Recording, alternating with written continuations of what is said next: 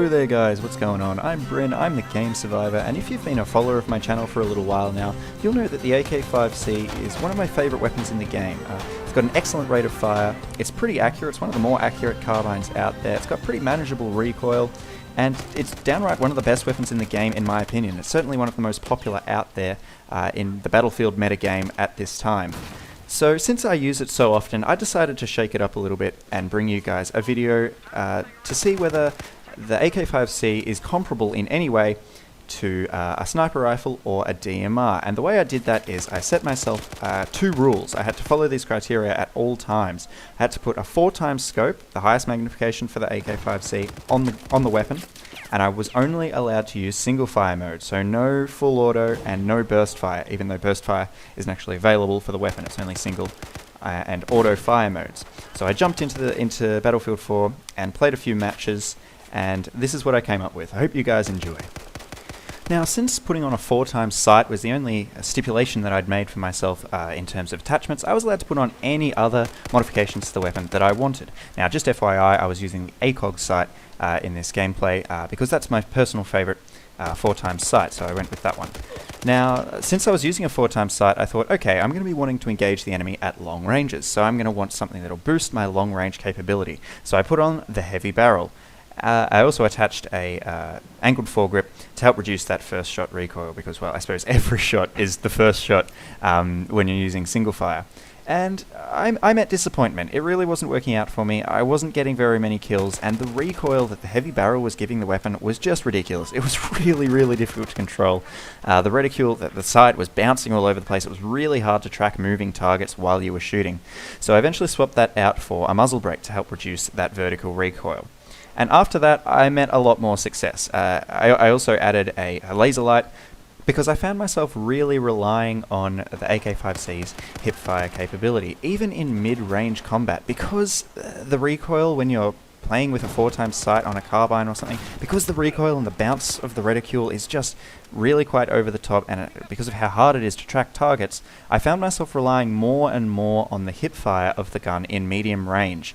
Obviously, you know, in long range or medium to long range combat, I would still have to use the optics, but I found myself, as you can see from the gameplay, often relying on hipfire to take down enemies at medium range, which was not something I'd expected. I was expecting the AK5C to really excel quite a lot at medium range with the ACOG sight.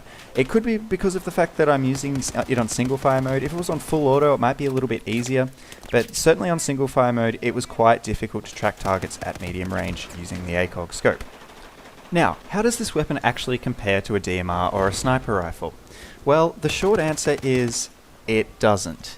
If you want to use a DMR, if you want to play with a DMR, play with a DMR. If you want to play with a sniper, play with a sniper. The AK5C is certainly no replacement for those. I just wanted to see how they would stack up.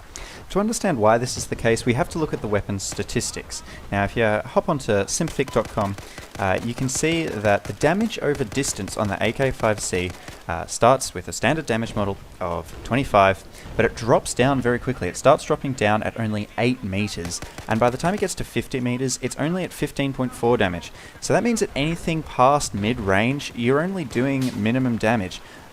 Which is a huge disadvantage. If you have also a look at the number of bullets it takes to kill at certain ranges, at 45 meters, which is, you know, reasonably close, especially for a weapon using an ACOG sight. I mean, you can pick out a target that far away fairly easily with an ACOG scope. It's going to take you 7 bullets to down your enemy. That's huge, especially with a single fire weapon. I mean, if you're running, again, I'm going to use this as a comparison, if you're running with exactly the same setup, but you're using full auto mode, it's going to be far easier to drop your target. But since I'm using single fire mode, I'm at a huge disadvantage. And it means that if anyone has a DMR pointed at me, they're going to win the engagement almost every time. The irony of this loadout is that when you're using the AK5C with a regular setup without the ACOG and using full auto mode, it's an extremely versatile weapon. It absolutely shreds at short range, medium range it dominates as well, and at long range, you know, it can hold its own. The irony of this setup is that now the tables are completely turned. This is the least versatile setup I have ever used. The weapon just is not capable of killing at speed over distance because of the number of bullets that it takes to down your enemy, and because of that damage drop-off. And in short range, because you're only using single fire mode, you're at a disadvantage as well, because if you run up against someone using a PDW or an assault rifle or even the AK5C in full auto mode, you're going to get decimated every single time. So I found myself having to rely on flanking tactics, making sure I was hidden, and getting the jump on the enemy every single engagement. If the enemy knew where I was at any point, I was a goner. There was simply no way I could hold my own against an enemy shooting at me that knew where I was. I had to get behind them, I had to get to their flank, I had to hide from them, and make sure that they didn't know where I was so they couldn't return fire. I had to kill them before they knew where I was. And that was really, really challenging, but also quite rewarding. If you want to get better at flanking, and remaining hidden from the enemy, this is a good setup to train yourself to do that with. It's certainly, you know, a pretty brutal entry into learning how to do that, but it certainly taught me a lot more about flanking and about using surprise tactics in Battlefield 4. Now, despite the fact that I said this weapon isn't very capable over long distances, I certainly wouldn't play this loadout in something like Operation Lockers. The first few games I played with this weapon, I was playing Team Deathmatch, and I wasn't having a lot of luck. And that's because a lot of the Team Deathmatch maps are quite enclosed, they're very close quarters, and they're very infantry-centric, obviously, because it's Team Deathmatch.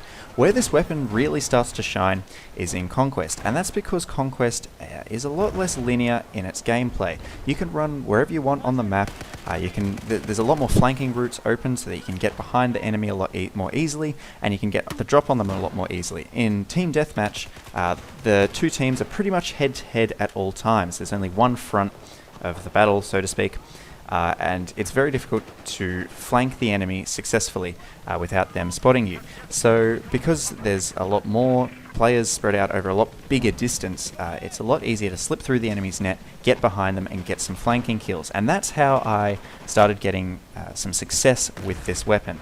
As you can see, I'm actually managing to snipe some hostiles from a longer distance, which is something I probably wouldn't have been able to do in a Team Deathmatch game mode.